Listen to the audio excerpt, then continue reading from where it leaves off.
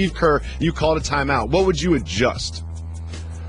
The adjustment has to be continue to attack the basket, drive and kick or drive and finish.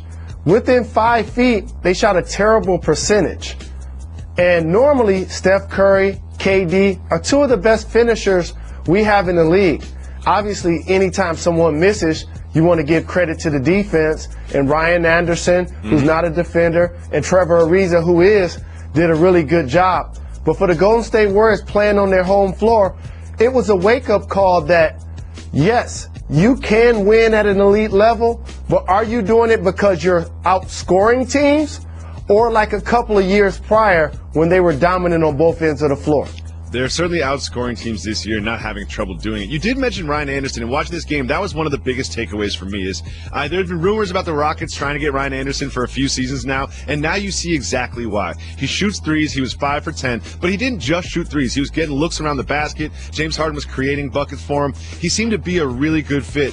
He stood out to me, and also the maturation of Clint Capella. Like, Clint Capella was sort of a project a couple seasons ago. Last season started to come into his own, so much so that they wanted Dwight Howard to sit behind Clint Capella. That didn't go over well with Dwight Howard.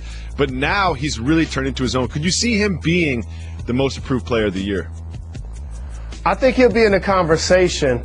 And the reason why he can be effective, besides his ability to rim protect and block shots and give effort on that side of the ball, is that he does a really good job of finding little cracks around the basket as a slasher, as a cutter, and he can catch the lob over the top, which creates space for James Harden, who was amazing again, had a triple-double. And on the other side, Draymond Green as well. Besides his ending with his kick, he had over 20. He had 20 points. He had 15 boards. He had 9 assists. So those players were really playing at an elite level. It's just that the Houston Rockets had more players that seemed to be able to contribute, and that's why I highlighted the bench as well as the three-point shooting. The 3 times in NBA history where teams combined for the most three-point shot attempts, the Houston Rockets were involved each one. That's who they are. That's who they are marketed to be. The difference this year, as opposed to the last couple of years, however, is that their roster wasn't tailored to do it. Eric Gordon, Trevor Ariza, Ryan Anderson, these are catch and shoot knockdown players who over 50% of their shot attempts will be threes, and they were really effective in that game. I know Draymond's your guy. I know you're both from the Mitten. All right? I know he's your guy. But I have to ask, why does he continue to kick people? Now, he used to kick people in the groin, okay? And in the offseason, the referees were like, we're not going to let people, we're going to make a point to make sure that there's no groin shots in the league anymore. So now he's kicking people in the head. Now he's just went to kick people in the head. Why is he kicking people? What is going through his mind? What is actually happening in his head when this happens? Well, here nobody is going to excuse the behavior because it's become a pattern. It happened with Steven Adams, it happened with LeBron James, and now it happened with James Harden. And here's a bit of geometry that may go over people's head. If you look back at high school footage and college footage, Draymond Green being in the air and landing in a scissor, 1 foot on the ground, 1 foot in the air, is actually something he's done frequently. And you ask, why does that happen?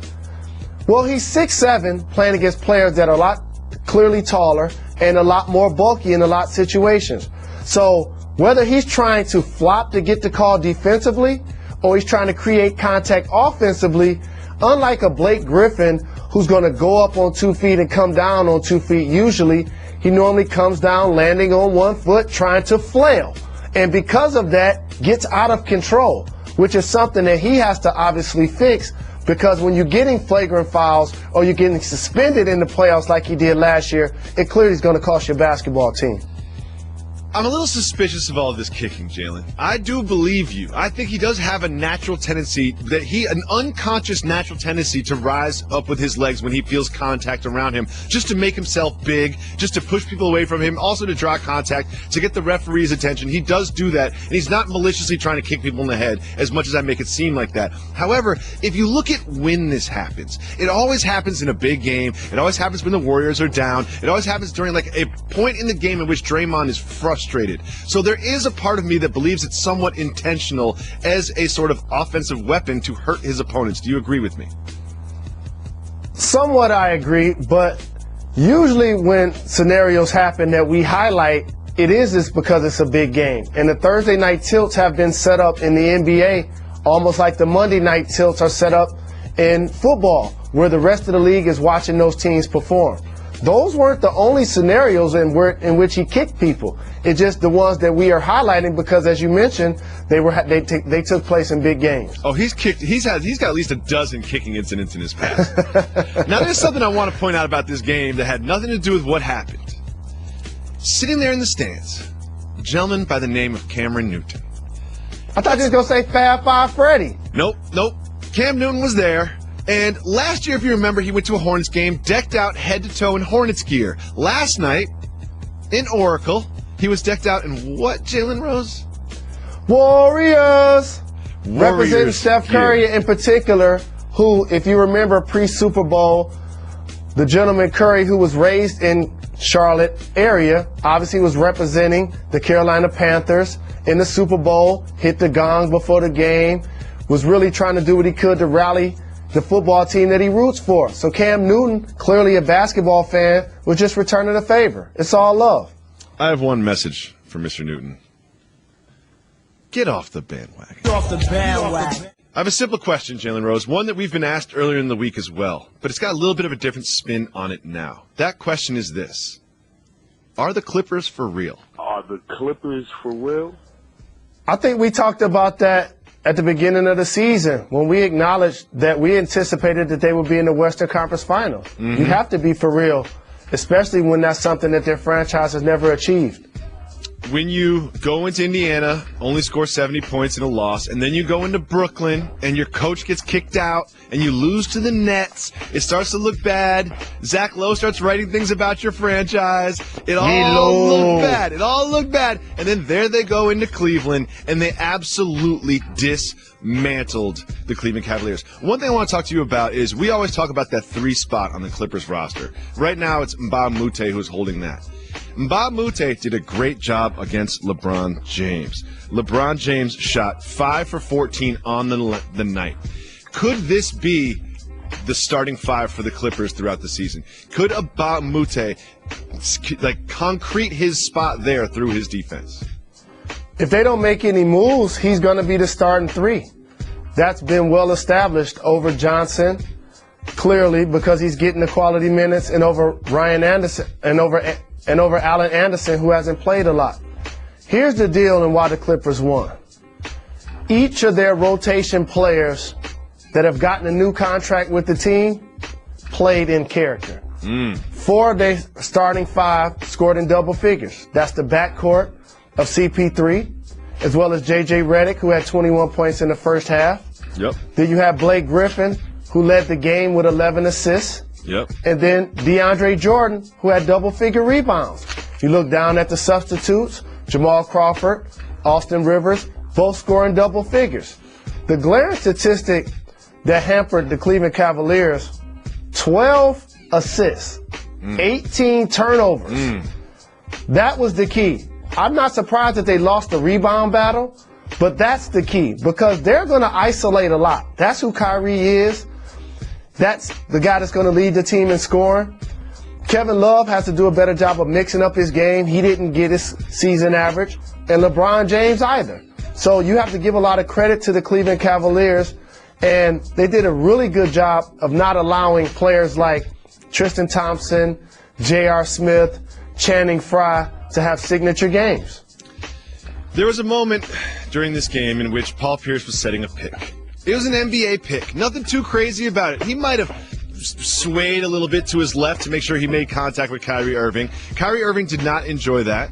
And Kyrie Irving, as Paul Pierce was running away, gave him like a little left-handed little punch to the ribs.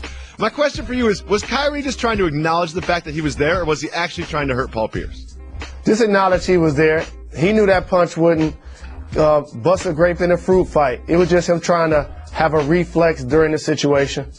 How often do these little sort of short Bruce Lee little shots happen during NBA games? They happen often because you're in close quarters. There's a lot of grabbing, holding, grappling that's going to take place. Usually won't go called by the officiating or the game would take forever. Do you think that the Cavaliers should be worried about this performance? I do not think so. Here's why. Who's the second best team in the East? Raptors, Exactly. Pacers, Celtics, Hornets. Exactly. So with that being said, as long as they're healthy and they have LeBron James, it's clear that that team is going to have a rite of passage to the NBA Finals. But here's what's crucial, and it took place last year. What's up? If they're able to beat the brakes off of the teams that they face in the playoffs, first round, second round conference finals, they now get rest. And if they're well rested going against the Western Conference foe, that regardless to who wins, we know Golden State, San Antonio, the Clippers will all be in the mix, and it's going to be a war of attrition to see who advances. A fresh Cleveland Cavalier team may be able to do what they did last year because they're in the inferior conference from top to bottom. That sounds exactly like my reasoning for picking them to win the championship last year and sticking with that pick all the way through until they won. You did. There's a game tonight between the Cavaliers and the Bulls. First, more exciting than the game itself will be LeBron James in Chicago in full Cubs uniform as he enters the game. I'm really excited about this. I have one simple question. Do you think he will wear the cleats? He's already acknowledged that he won't wear the cleats. Oh, come on. And here's the thing. You walk into an NBA arena, those are marble floors. Oh, he Jalen. clearly slipped. Jalen. Okay, I might slip if I was wearing cleats on marble floors. The production staff might slip if they're wearing cleats on marble floors. We're talking about one of the best athletes in the world. You know, we're talking about That one has of the best nothing to athletes do in the with world. falling. He can't walk 100 yards on concrete in cleats. You gotta you gotta do it, man. Anyone who's ever played baseball knows you walk through the parking lot, you walk through this and that. It's not that hard to walk with cleats on. I've always wondered when I'm watching baseball games why they have these 50, 60-plus-year-old skippers dressed in full uniform. You don't see that in basketball and football, but I guess that's another subject for another day. I would love to see Jim Harbaugh in pads. Jim Harbaugh would wear pads if they would let him. If they would let him, he would wear a helmet and coach the entire game. You know that about Jim Harbaugh. Yeah. Well, in regards to that game, there's a lot of talk about Dwayne Wade and LeBron James' time in Miami and this and that. And when Dwayne Wade was asked about sacrificing when LeBron came to Miami and who sort of had to adjust the most, here's what he definitively said, quote, "I definitely changed mine more. It's not even a conversation. There's no conversation to have. I definitely had to change mine more." Why is he so definitive with this? Basically what he's saying is you go from living by yourself to now having a roommate. Oh, we've all done that. We all know that's Of an course, adjustment. There's some adjustment. And so basically that's what he's speaking towards. But the bottom line is he added the MVP of the league, the guy that actually won finals MVP both times they won the championship. I think it's the moral compass of everything being Wade County, already won a championship there, having to acknowledge that he wasn't the best player on his own team. And as I see LeBron and D. Wade, I appreciate and enjoy their friendship and the fact that they're both future Hall of Famers. But as a fan, I feel somewhat deprived that those two guys disable and disarm the competition to the point where we didn't truly get a chance to see the two best players in their conference, along with Carmelo Anthony, their other banana boat friend, actually have rivalry in the Eastern Conference. Well, maybe we'll see a little bit of that rivalry flare up this evening. The Thursday night games in the NFL have not been particularly enticing matchups up to this point, let's be honest. So much so that they're talking about actually discontinuing the Thursday night games. However, last night we did have a good matchup between two pretty good teams. Obviously, one of the best teams in the NFL, the Dallas Cowboys, went to Minnesota to take on the Vikings. The game was a little bit closer than we expected. It came down to a crucial 2-point conversion with Sam Bradford under center, and he got hit in the face as they did not convert the 2-point play. Do you believe that they should have gotten another chance at that? Absolutely. It was a penalty, and you would like to see the penalty called. Regardless whether it's Cam Newton, who we talked about earlier in the season, wasn't getting roughing calls, or Sam Bradford, in this case, who clearly got hit in the helmet by the defender, and the official acknowledged to him for some strange reason that he didn't get hit when he clearly did get hit. And back to what you said about those Thursday night football games, the reason why on paper they haven't been as attractive is the notable football franchises. There are about 5 of them. The Packers, the Cowboys, The Pittsburgh Steelers. Packers, Cowboys, Pittsburgh Steelers. Patriots. Patriots. They play on Thursday night, but if you notice, they don't play against one another. So we get the Texans twice. We get the Jets twice. We get those type of teams that they're still trying to get national coverage for. And in this case, we got Minnesota.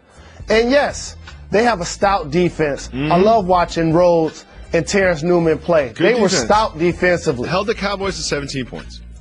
But their offensive line, their running game without Adrian Peterson, their punter, their kicking game, it was just brutal to watch until that last drive in theory that you just talked about where they actually put together a quality one, went down and scored. But I was not someone that felt like they had what it took to get a two-point conversion, whether they called a false start, which they didn't, whether they called helmet to the head, hands to the helmet, which they didn't. If they would have got another play on the one, I still feel like they would have gotten stopped. So give all of the credit to the Dallas Cowboys. Their win streak continues. How does take me inside the mind of Tony Romo as he watches everything unfold? Does he root for the team to win? Tony Romo has an emotional and mental end game that everybody's not paying attention to. Look no further than last year. We just saw this happen with Brock Osweiler and Peyton Manning. Something could quickly happen where Tony Romo could already be under center. And what better situation for it to happen than late in the season or in the playoffs? Well, once I get in and he's hurt, you can't take me out now. And because of that, unfortunately, I think at that point he would be the scapegoat because I don't see this team on a level to be able to win the Super Bowl this year. What? But when I look around the land, I'm being cut off right now. When I look around the landscape of sports, I've seen some unlikely winners this year. We saw it happen in Major League Baseball. We saw it happen in basketball with the Cavs. You don't remember the last time they won a championship before this previous year? The franchise unlikely wins, but they were certainly one of the best teams in the NBA. We've seen some unlikely winners, and maybe that's going to happen in the NFL this year with Gronk going down in the AFC, makes that more wide open. With Seattle, who we feel like is the second best team in the NFC, who've shown weeks where they struggled and haven't scored touchdowns. If there is a season that may open up and allow the Dallas Cowboys to win the championship, it may take place in this one. I just don't think it's going to happen. Ride with me on this one. The Cleveland Cavaliers win the NBA Finals. The city of Cleveland just rejoices. The parade attracts millions of people. The Chicago Cubs win Major League Baseball World Series. Just hundreds of years of just relief washes over the city of Chicago. This is a pattern, Jalen. It's all setting up for the Detroit Lions to win the Super Bowl. Can't you feel it? Can't you feel it? Talk about unlikely franchise winners. It's a trend. 3 makes a trend. Detroit Lions, Super Bowl champions. Matt Stafford just raising the Vince Lombardi over his head triumphantly and then injures his shoulder for next year. You're not going to catch me out there on that one. Rob? We got a stout 5 weeks coming up. Sure do.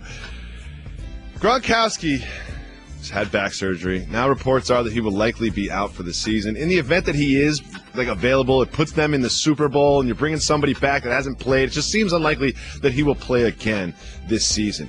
One thing that is notable that our colleague, Adam Schefter, pointed out, big shout to Raekwon the Chef, he pointed out that the story of the back surgery was originally reported by a Buffalo newspaper. Where's Rob Gronkowski's family from, Jalen Rose?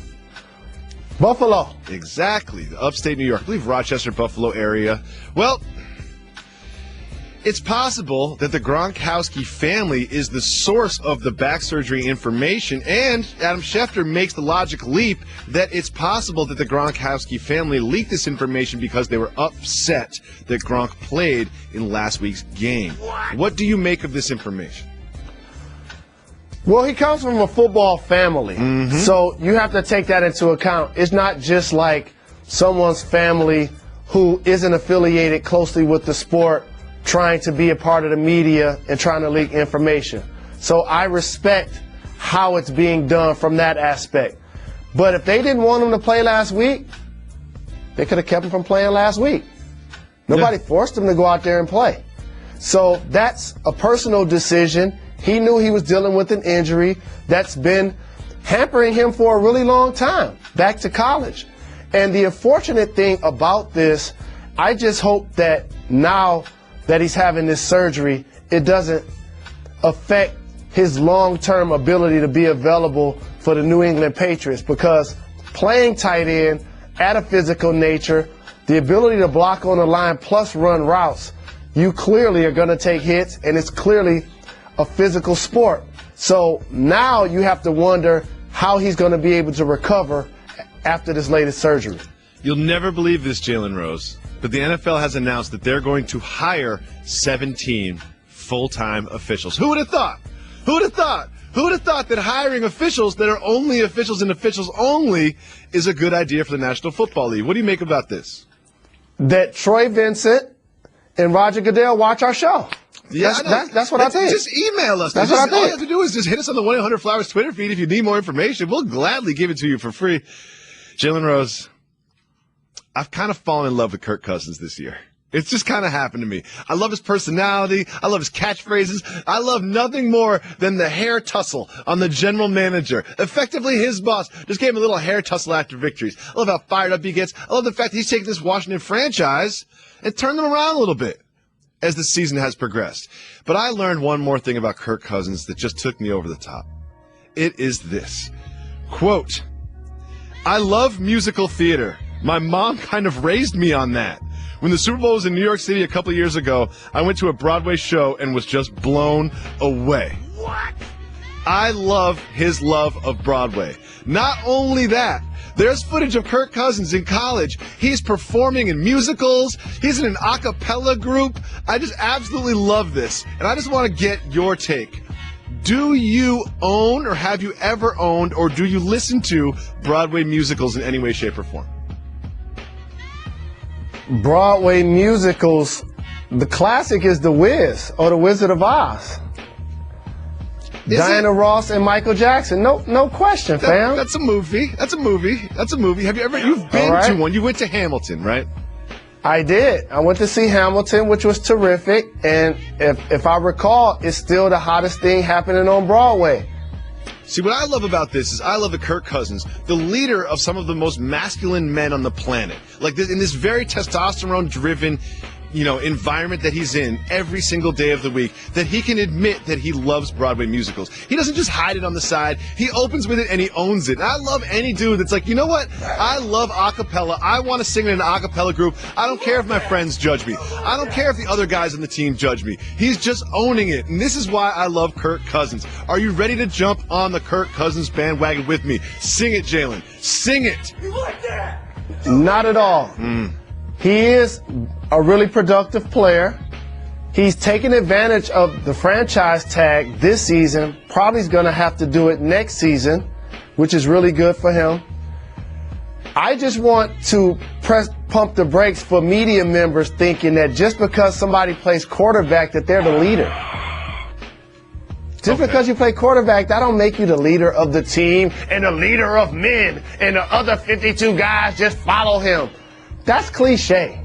Jalen, it's a leadership role. You know that. You're calling the plays in the huddle. The quarterback is a leadership role on a football team. And you cannot deny that a football team is a very sort of like masculine, tough environment where men are men and they don't use forks and spoons. They don't do that kind of thing. It's not a Broadway musical play. You know in the locker room they're not playing the soundtrack from Cats. You know that's not happening in the locker room. And that's why I love this from Kirk Cousins. Like, I just like it. Hit the brakes. No. You do know that the coaches call the plays, right? I know, but he relays it. He relays it to the rest of the team. You do know when the quarterback. Are we arguing about whether the quarterback is a leadership position on football? You will disagree with me about anything. You do know when the quarterback at the line of scrimmage, there's a coordinator in his ear telling him exactly what he should do next. You know that that's taking place, right? Oh, yeah, you're right. Your quarterback is totally not a leadership position on a football team. I'm wrong, Jalen. You're right. God. I have a simple question for you. What is Conor McGregor doing? Like, what is he doing? Trolling. Like, what's really happening? Obviously, I'm referring to him getting a boxing license in California. Like, this is what it seems like to me. It seems like every time he gets a little spat with Dana White and the rest of the UFC because they took one of his belts, he has to act out. He has to lash out. Remember last time? I'm retiring. I'm never going to do that again. And this time he goes and gets licensed in California to box. But what do you think this will ultimately amount to? What I see happening in a professional, respectful way, it's taking place in all sports where the players form unions and then they go for more rights that they feel like they're deserved, whether they're health concerns, whether they're fiscal challenges. Retirement packages. I see, sure.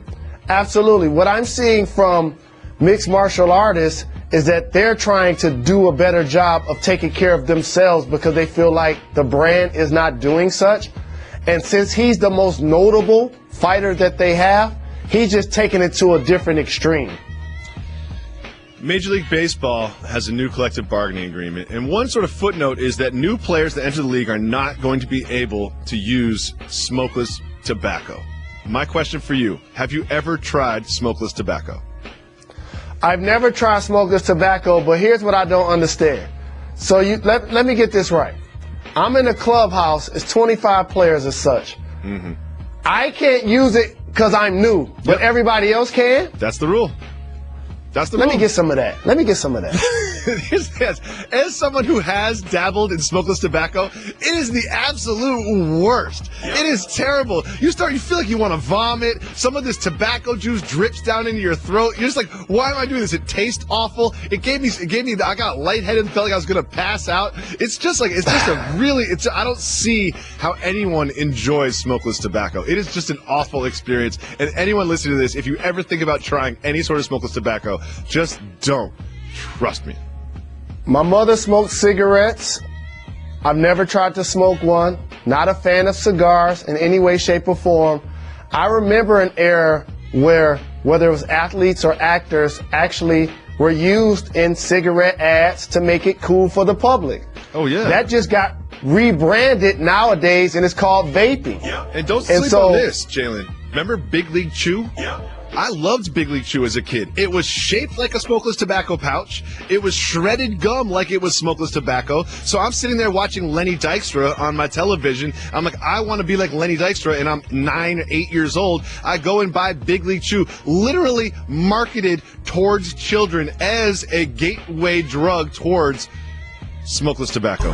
It's gross. It's just oh God, it's so bad. It just makes you want to vomit and pass out all at the same time. It's awful. And cigars last too long. Oh yeah, I don't have an hour and a half for anything. Not even How not even put a movie. The thing out? Yeah, for real, it doesn't even go out.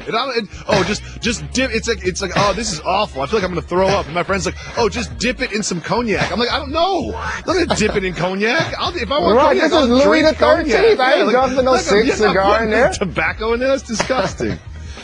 But no ashes in my drink. Can you present a scenario to me in which your Michigan Wolverines come out of this weekend as probable playoff football team? Go Colorado Buffaloes! That's all I got to say. And a close, not well-played Big Ten championship game between Wisconsin and Penn State. Like a 0-0 like tie. 21. Yeah, a lot of turnovers.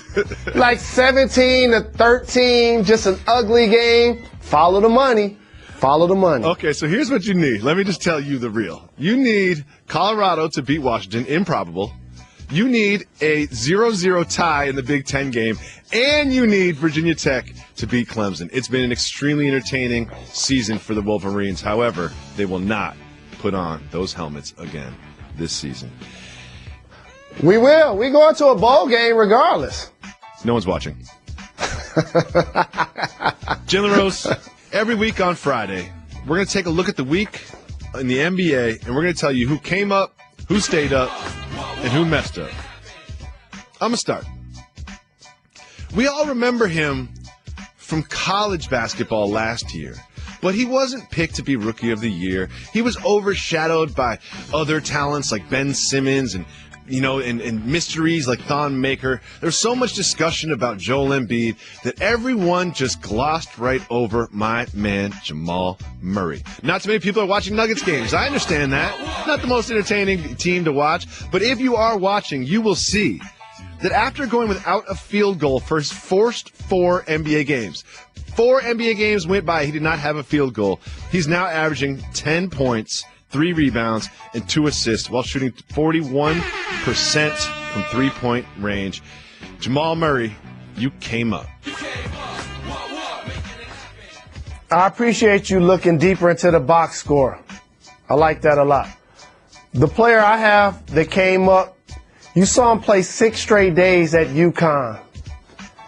His team won each night. Put on a show in college basketball, game winners, ultimately a national championship. He plays in Charlotte, and they're one of the top teams in the Eastern Conference, and I anticipate he'll be an all-star this year. His name is Kemba Walker. Great call. So I would say this, that looking at rosters and teams and moves they've made and what I expected from them this season, that the Hornets are one of the biggest surprises. Would you agree? Absolutely, because again, when we talk about who's the second best team in the Eastern Conference, if you don't want to mention them, when you look down at the standings, they have to be in a conversation so far this year. And when you also look at the 8 teams from the East that made the playoffs, and you look at some other teams that improved that didn't make the playoffs, you're wondering, well, who's going to be out? And I had always pegged the Hornets as that team that would drop out of the top 8 in the East. And now I have to look at myself after 20 games and say, you know what? I was wrong about that. So now let's look at who stayed up. Like, who's already been up, but who stayed up. And I have to look no further than my man, Karl Anthony Towns, who put the big cat 47 points on Kristaps Porzingis and the New York Knicks, the 3rd youngest player in the last 30 years with a 45-point, 15-rebound game. Karl Anthony Towns has been so impressive this year with his array of offensive abilities. He is very comfortable posting up and catching it with his back to the basket. He is very comfortable outside the arc and not a bad passer. Karl Anthony Towns stayed up this week in the NBA. And I like that you acknowledged him as a player that stayed up, because coming into this year, NBA GMs were polled about which player they would build a team around. He was their choice.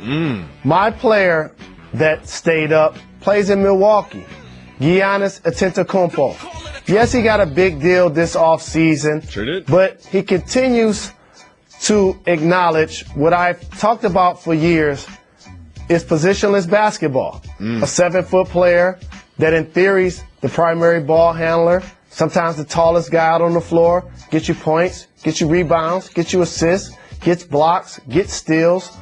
A Milwaukee Bucks, a team that hovers around the playoffs these last couple of years.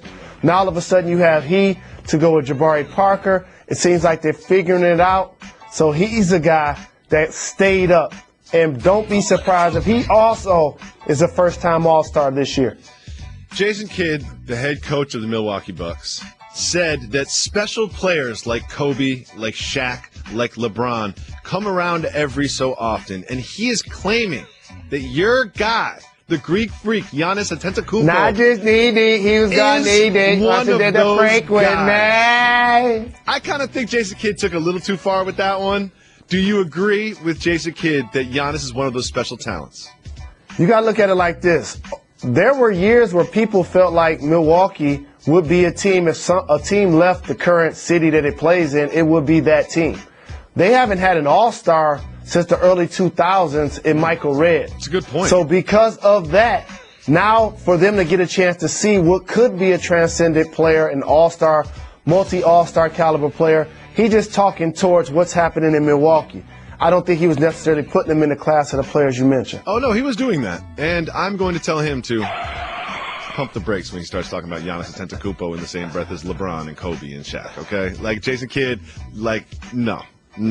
I know he's on your team. I know you want him to be confident, but, like, let's wait a couple years before we start talking like that. Now we get to the fun part. We're going to tell you who messed up this week in the NBA. For me, it's J.R. Smith. You know, how do I explain? Mr. Smith was playing defense against Snell covering him as they're about to inbound the ball. Out of the corner of his eye, he sees a familiar face. That face is Jason Terry's face. What's up, family? Jason Terry stands up. Good to see you. Give him a hug. Hey, JR. We both in new places. How you Before been? I was in Boston, you was in New York. Yeah, remember when you We had our elbowed me in little the beef? head? Yeah, but let's show the world that we've mended those fences. Let's show the world that let's we are squash that. peaceful. Let's show the world that we're above that we're mature adults that have children. So let's just show the world and give each other a nice little pound here before they inbound the ball. But here's where J.R. Smith messed up. Jason Terry doesn't want to show the world that you've mended those fences. Jason Terry doesn't want to give you a pound. Jason Terry is manipulating you, J.R. Smith. Jason Terry is pulling a vet move on someone with a reputation for not being 100% focused 100% of the time, and you walk off the court and fell for it.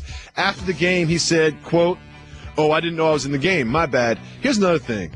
LL, that's a lie, okay? You knew you were in the game. You just didn't have an explanation for it. You didn't want to look at the reporter and say, my bad, I just wanted to give Jason Terry a pound, and I messed up. You knew you were in the game. And another thing is media members, and you know I don't get on media members a lot, is don't take his words at surface value. Like, don't act like J.R. Smith literally did not know he was in the game. Because if you are not in the game, where do you sit, Jalen? On the bench, on the other end of the floor, as a matter of fact. On your bench. So he knew he was in the game. Let's be honest. Let's be real. Who messed up for you in the NBA this week? And the wrong week to be a Cleveland Cavalier to make that mental mistake, especially how they played against the Clippers at home. The player that I had is not just one, 2, 3, or 5.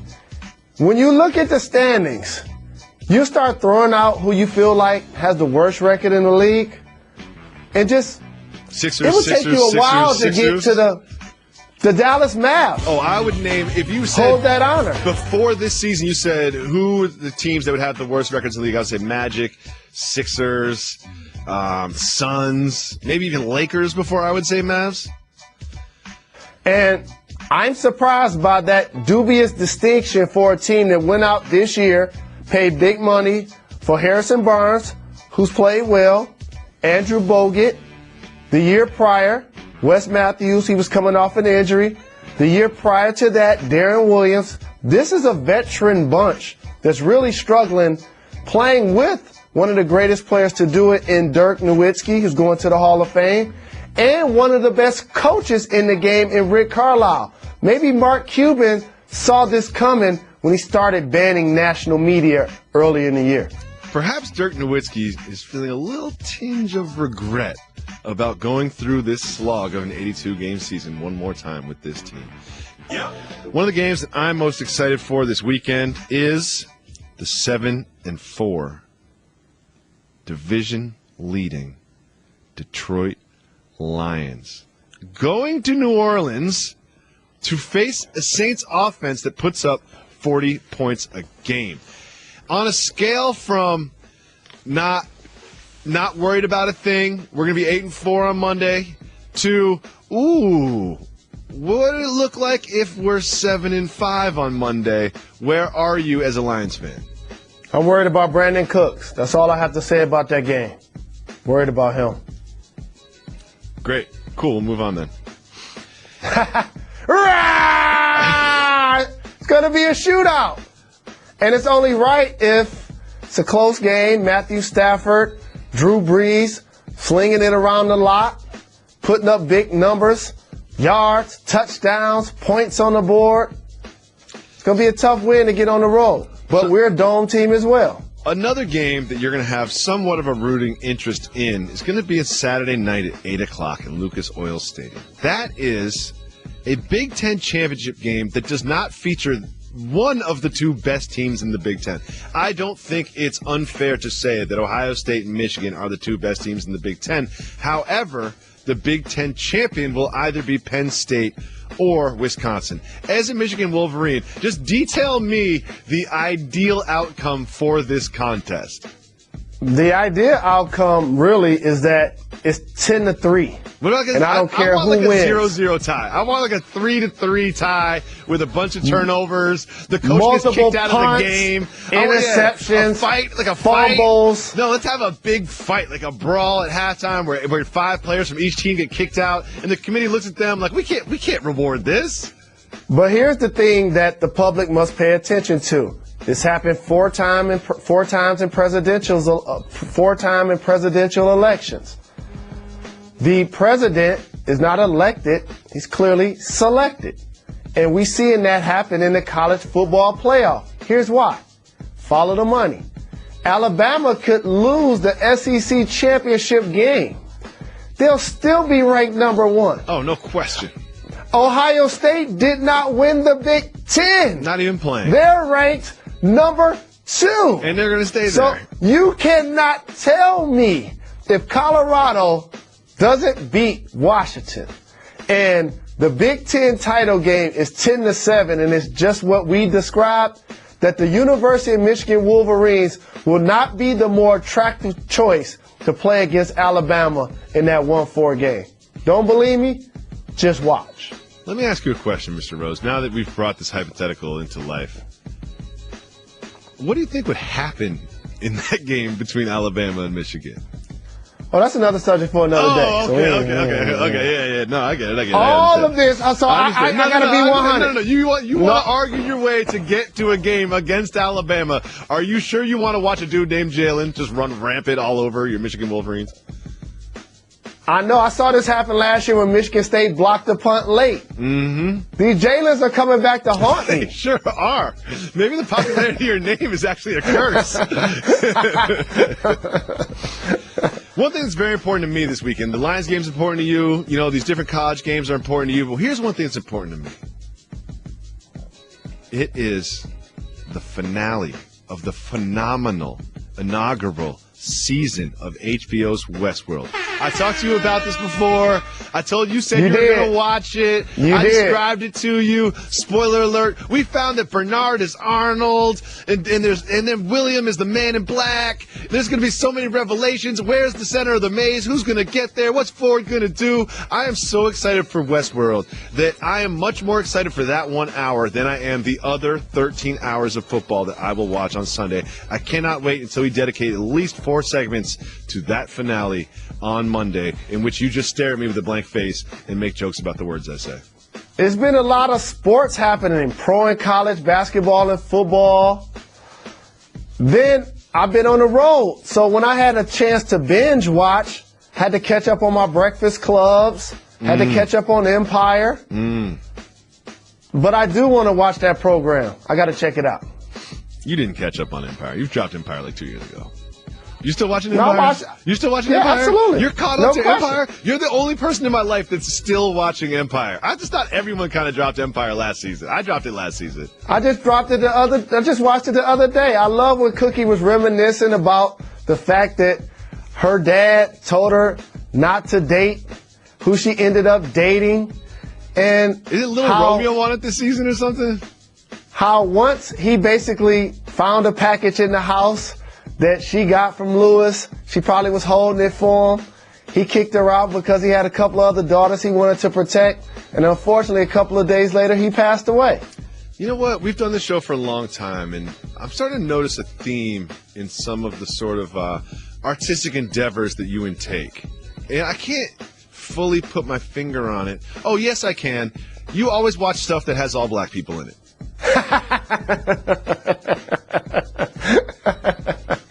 Now you see why in college football there's not that many black coaches. I asked you to name a Broadway musical, and you just went with The Wiz. You were like, The Wiz. That's the only musical I know. The Wiz. That's the only Broadway musical. There's a sense of familiarity that happens in a power structure. You see it play out in the limited amount of collegiate football coaches, the limited amount of owners that look like me.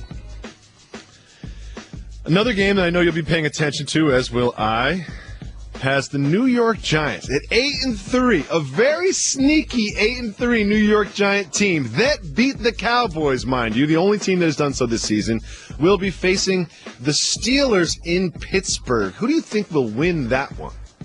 My better half and her family will be taking this game personal. I will be watching the game, rooting for the Giants to keep home happy. Absolutely. That's who I'm going to pick in this game. And you, someone that's happily married, know why I'm doing it. Of course I do. And in pop culture, one last thing. There's a movie out called Anonymous. I know absolutely nothing about it. Are you excited about this movie, Anonymous? No, won't see it. But I did go to the movies last weekend. You'd be proud of me. Wait. You went to the movies? Oh, I know what you saw. Give it to me. Loving. Starring a woman by the name of Ruth Negga, who is now can I say something? Wife's doppelganger. She looks exactly like my wife, to the point where it is creepy. It's like we first found her probably 3 years ago, and when I Googled her, I literally thought I was looking at pictures of my wife. So big shout to the gorgeous, the most beautiful actress in the whole entire game, Ruth Negga. The best looking woman I've ever seen on screen, Ruth Negga. So we sit down in the movie, Molly's like, she looked like Joey. And I pull out my phone and about to text you. She was like, no, don't text him that because Joey looked way better than her. I just wish that her last name was different. Yeah, don't pronounce that the wrong way. If you dial 985-80-JALEN, you will get a voicemail. And you can leave questions for us on that voicemail, opinions about what we talk about on the voicemail, feedback, or just give us a compliment. Whatever you would like. Call 985-80-JALEN. We'll take the best ones and we'll play them on the show. We have not heard these beforehand. Let's listen to the first voicemail. Hey, Jalen Jacoby. This is Sid from Texas by way of Huntsville, Alabama. Huge fan. I'm actually listening to the podcast right now on my way to work. I just got one question for you guys. Do you think this is the year we will finally see LeBron and D-Wade face each other in the playoffs? No. Simple answer. First of all, big shout to you. We just happened to play that voicemail while we celebrate the great state of Texas. And Alabama continues to dominate college football. So you are enjoying yourself, I am sure. But to get to your question, will the Bulls face the Cavs in the playoffs? I could see it potentially as a 1-8 matchup, but I do not see the Bulls getting to the second round unless they are the 8th seed. We disagree. I think this is a season where that could take place. As players, obviously winning championships is the most important thing. They won two together. They won apart. But as a fan of the game, we were deprived that they were playing in the same conference for all of this time and haven't truly had that type of rivalry where their teams were facing each other consistently in the playoffs. I think this year it can take place in the second round. I disagree, but we'll continue to see how this plays out as the season progresses. Big shout to Said. We love people that listen to the podcast, especially people that listen to it at work when they're supposed to be doing something else. Those are our people. Those are our people. The ones that don't really want to work that hard, that procrastinate, that do fun things first and then finish up their work before the end of the day. Hopefully you are one of us, Said. Let's listen to our next voicemail. What's going on, guys? Jalen Jacoby. My name is Rico. Been listening for probably forever now, even back in the Pop the Trunk days. My question is, what players would you consider to be on the Mount Rushmore on keep getting them checks?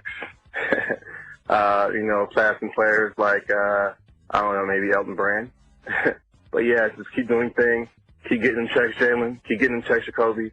And you'll have a good one. Good question, Rico. First of all, shout to you with the Pop the Trunk reference. I appreciate you listening. We love our podcast listeners, our long-time listeners. Jalen, just name one player who deserves to be on the Mount Rushmore of keep getting them checks.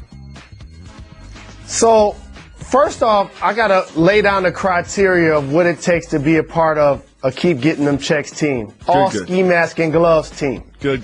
Please do. It has to be a second deal, and it has to be a big deal. And when that player was signed, that player did a press conference. There was articles about how he was going to be a game-changing signing, and then you watch that team play, whether win or lose, and it ain't because of the player that we're talking about. So in this case, and I know he's injured, but there's a reason why when he returns to play against Dallas, he's going to get booed, and they're waiting to see what's going to happen while he's in Memphis. Right now, with new money, the last couple of years, It has to be one of my guys, by the way. Oh, no. Chandler Parsons. Wow. You're going after Chandy? You're going Just after look at the- Chandy? We keep getting them checks? He's just like gotta 25. I just got to look at the bread that he was able to amass in Dallas, and he was injured. And then the bread that he's getting now in Memphis, and unfortunately he's injured. Not his fault. They signed him hurt. He was hurt in Houston when Dallas He signed played him. pretty well for like 6 games. He was doing pretty well. They got a good 6 games out of him for that $60 million or whatever they paid him. I remember being in the Staples Center, watching he and Vince Carter run up and down the floor, and I thought he was the one that was 39 years old. And a week later, he's been out for injury. So I actually peeped that with my own 2 eyes. It ain't personal. Would have thought that Chandler Parsons would get injured again. If you have not, make sure that you read the profile about Chandler Parsons and Mark Cuban's relationship. It opens a lot of eyes and into the relationship between athletes and owners and how unique theirs was. Let's listen to the next voicemail. Yo, what up, though? Got a quick question. Will Kevin Durant participate in this year's three-point shooting contest? If not, who will knock off Klay Thompson? Good question. Good question. That's a really good question because the Golden State Warriors could legitimately, and I would deem for the first time in the history of the NBA, have 3 players on the same roster in the three-point shooting contest. I'm not even looking that up. I'm just going to say it's never happened. It's never happened. And it would be likely, not surprising, if any of those guys won. I definitely appreciate the acknowledgement with the what up, though, because when I hear that, either you're from Detroit or you got love for somebody that is. So I appreciate that. Let's listen to the next voicemail. What up, though? This is Trent from Melbourne, Australia. I love you guys. Listen to you every day, every single day from down under. Just want to ask, who do you think will have more wins this season in Dallas? The Mavericks or the Cowboys? Love you guys. Peace. Oh, wow. Wow. Wow. First of all, we have to acknowledge the what up, though. But you just said, if you say what up, though, you're from Detroit or have love for someone from Detroit. And I think that my man has love for Jalen Rose. What up, though? What up, though? He didn't even, I love that what up, though. Play it again. What up, though? You know what? I think that What Up, Though is actually being popularized by this very program right here. And I want to spread the What Up, Though love everywhere, especially down under to Melbourne. Now I would like you to answer his question. More wins in Dallas. The Cowboys or the Mavs? What up, Well, it has to be the Mavs because they get 82 opportunities to play basketball. And if they don't win 15